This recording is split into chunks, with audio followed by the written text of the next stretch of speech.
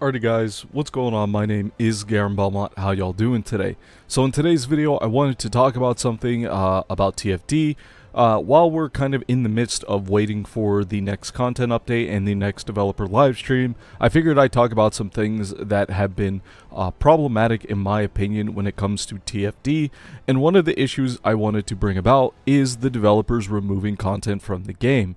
Now some of you might be confused, as you might be thinking to yourself, oh, but Garen, the developers haven't removed content from the game. They've made content irrelevant, but they've never actually removed content from the game, and that is actually where you're wrong. You see, ever since the release of Void Abyss, which is going to be the topic of this video, Void Abyss has been in my opinion, one of the best pieces of content the developers have released since the launch of the game. Void Abyss, coming from someone who is more into like mobbing content, Void Abyss is like one of my favorite pieces of content in this game. But the problem, however, is the fact that ever since the developers made the hard mode Void Intercept battles irrelevant, which to be fair, they were pretty easy to begin with because we as Descendants have just gotten so powerful that that content was already kind of irrelevant because of just how fast we were killing these bosses. But since we're no longer doing that content anymore to open up amorphous materials, this has left a massive hole in the amount of bossing content that we have in the game. And so it feels even worse with the fact that the developers are constantly removing the Void Abyss fights, making it so that, we don't have as much bossing content in the game, and we're only limited to, one Void Abyss boss every, 2.5 months, is just absolutely insane. And I just don't really understand why they went with this direction. It currently right now in TFD, when the developers are trying to incentivize you to do something in the game, the way they do it is by attaching some kind of power grind. It's like, oh, you want trigger modules, oh, you want ancestral modules, oh, you want weapon cores, oh, mutation cells, all of these things. The developers are constantly adding incentive. The developers are constantly adding incentive to, this, for us to do things, or for us to do content, by attaching things like trigger modules, ancestral modules, yada yada yada.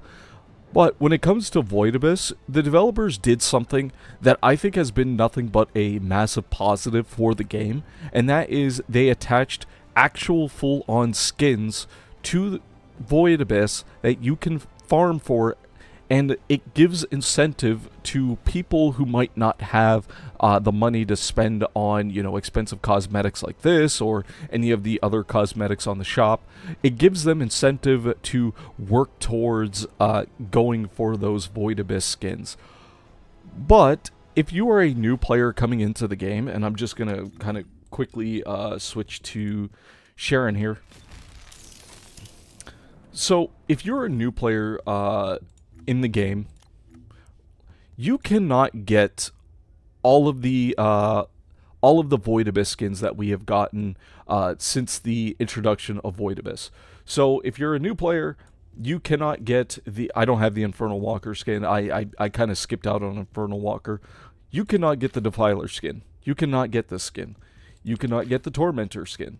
You cannot get the Ice Maiden skin, albeit I don't know if they're still selling this one right here, which is the they originally came out with the Dead Bride skin, and then they recolored it for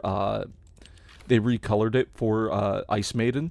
But if you wanted the Ice Maiden version, you cannot get this skin anymore. You cannot get this skin. If you want the Stormhanger skin, you can still get it, but you have a very limited amount of time to get it. Actually, I'm pretty sure this is the last weekend you can get the Stormhanger and Lava Citadel skin. So if you don't get them now, you are not going to be able to get them in the future. And I don't really understand why the developers went with this.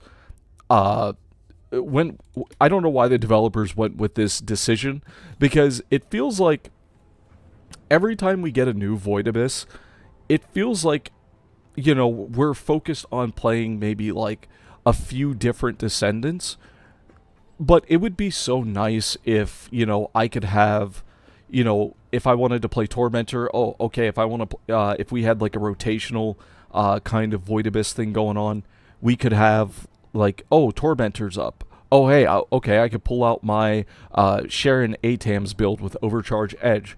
You know what I mean? It would add so much. It would be so nice because since ever since Tormentor, or sorry, Ice Maiden, the developers have basically made like gun-based builds against what is it? Sorry, Colossi fights, Abyss Colossi fights. They've made that pretty much irrelevant, except for, of course, Serena. And so it would be so nice if I could still have like my bossing build and that build not be made irrelevant because of another Descendant is completely broken and the developers refuse to nerf her or at least adjust her so that she's not, constantly like outputting so much damage that it's making it so that other Descendants and their gun builds are completely like you can't use them in Void Abyss fights. It just makes no sense. So what am I trying to say in this video? Because I want to keep this video as short as possible. Basically, I'm asking the developers to please quit removing content from the game. Why are we removing content that does the one thing that every other piece of content can't do, and that is incentivize players without adding a power grind to it? Like, currently right now with TFD in its current state, we're constantly farming like Sigma Sector, and we're constantly farming Supermassive Receptor Dungeon to get some Ancestral modules because we want to get more powerful. But when it comes to Void Abyss, we just want the cosmetics, man. And it's great. It's awesome. And I love it. I think it's the best piece of content the developers have added into this game, but why are we removing Void Abyss fights? Why not just adjust the Void Abyss fights to be, a little bit more difficult to kind of go with, the game's current balance? You know what I mean? Like, I think I don't think it's good that that the developers are removing content that incentivizes new players and incentivizes veteran players to keep playing this game. And I think the developers should really take a step back and think about adding a rotational Void Abyss. Now, some of you are wondering, okay, Garen, you're talking about this, but how would the developers go about this? It's actually quite simple. So we would have, basically when you go to the Void Abyss menu, let me see, sorry. I have to leave Albion, I have to leave for this one. But basically what the developers could do is right next to the current Void Abyss fight, they could have rotational Void Abyss, so it would rotate between the two Void Abyss fights that we got in a season. So it would start out as, Infernal Walker Defiler. So if we go to Void Abyss, so the developers could do, Lava Citadel here, and then have rotational over here. So move Lava Citadel or the next one that we're getting over here, have rotational over here, and then rotational would be Infernal Walker Defiler. Then next week it would be Tormentor Ice Maiden. Next week, then the week after that it would be Stormhanger and then Lava Citadel, and then it would go back. And then the week after that it would go back to Infernal Walker and Defiler. And then when you do rotational Void Abyss, it will give you legacy tickets, and these legacy tickets are universal. You can use them to buy any of the skins, and then you take them to a new vendor that is going to sell all of the old skins. And some people are going to say, okay, why not ETA 0?